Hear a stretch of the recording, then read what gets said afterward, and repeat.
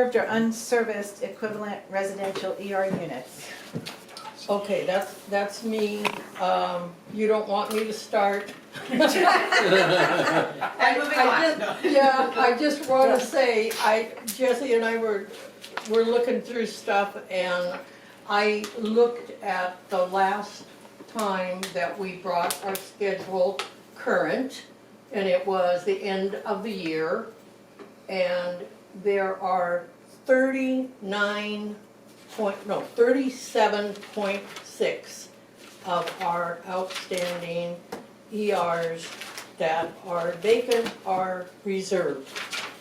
And the only other thing I'm gonna say is, if any of you looked at the cash flow basis on the draft of our financial statement, with where we are with our sewer income,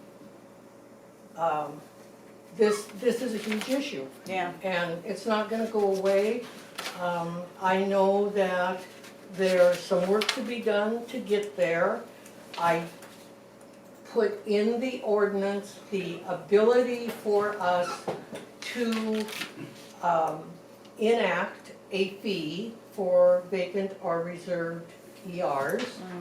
And I stated that it must be done by board action, and that the engineer will be the one that will calculate it, and that it will also be approved by our legal counsel. So it's there for us to do something in the future. And I think once we know the financial impact, it needs to have some serious consideration. So you want to table that one? No, I just reported. Okay, good. It's on there every month for me, Okay. for us to say what we're doing. Okay. Yeah. How do other districts handle this situation? Bob. Well, this is a sewer ER. Yeah. Yeah. Yeah. And I think- Most districts charge a fee, not a user fee like you would pay if you're actually using the system, just to maintain their ability to be able to provide this to you. And the reasoning behind that is if we didn't have to save it for you, we could have income coming in from someone else. Well, that's a good Sure. point. We built the system to handle the whole works, and the rest of us have been subsidizing that system for people. Absolutely. In new developments, it's usually, after you purchase a piece of property, you usually have 1 year to use it or pay this You start reserve paying. fee. Right. Yeah. Yeah.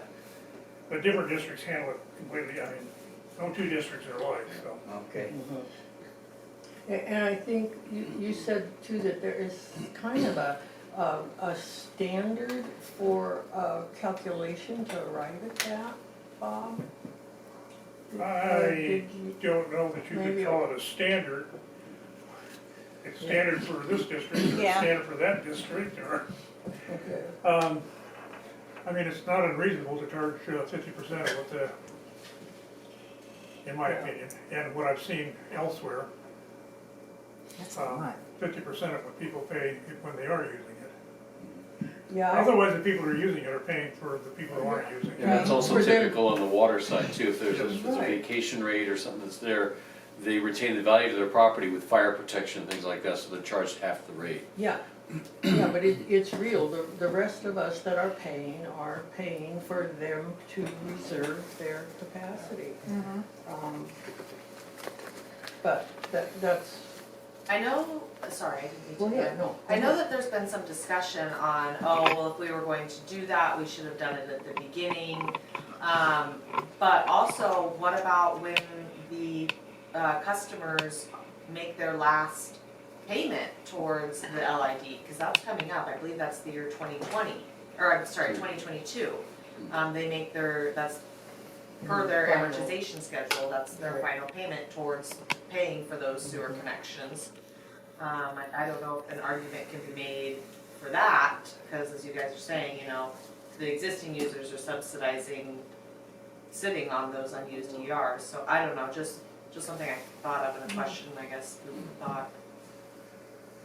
Well, what's our next step, Caitlin?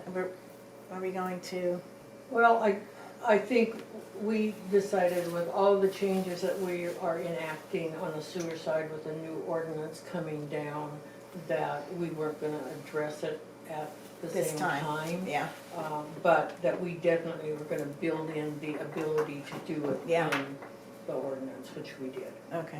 Okay. Okay, number 7, easement amendment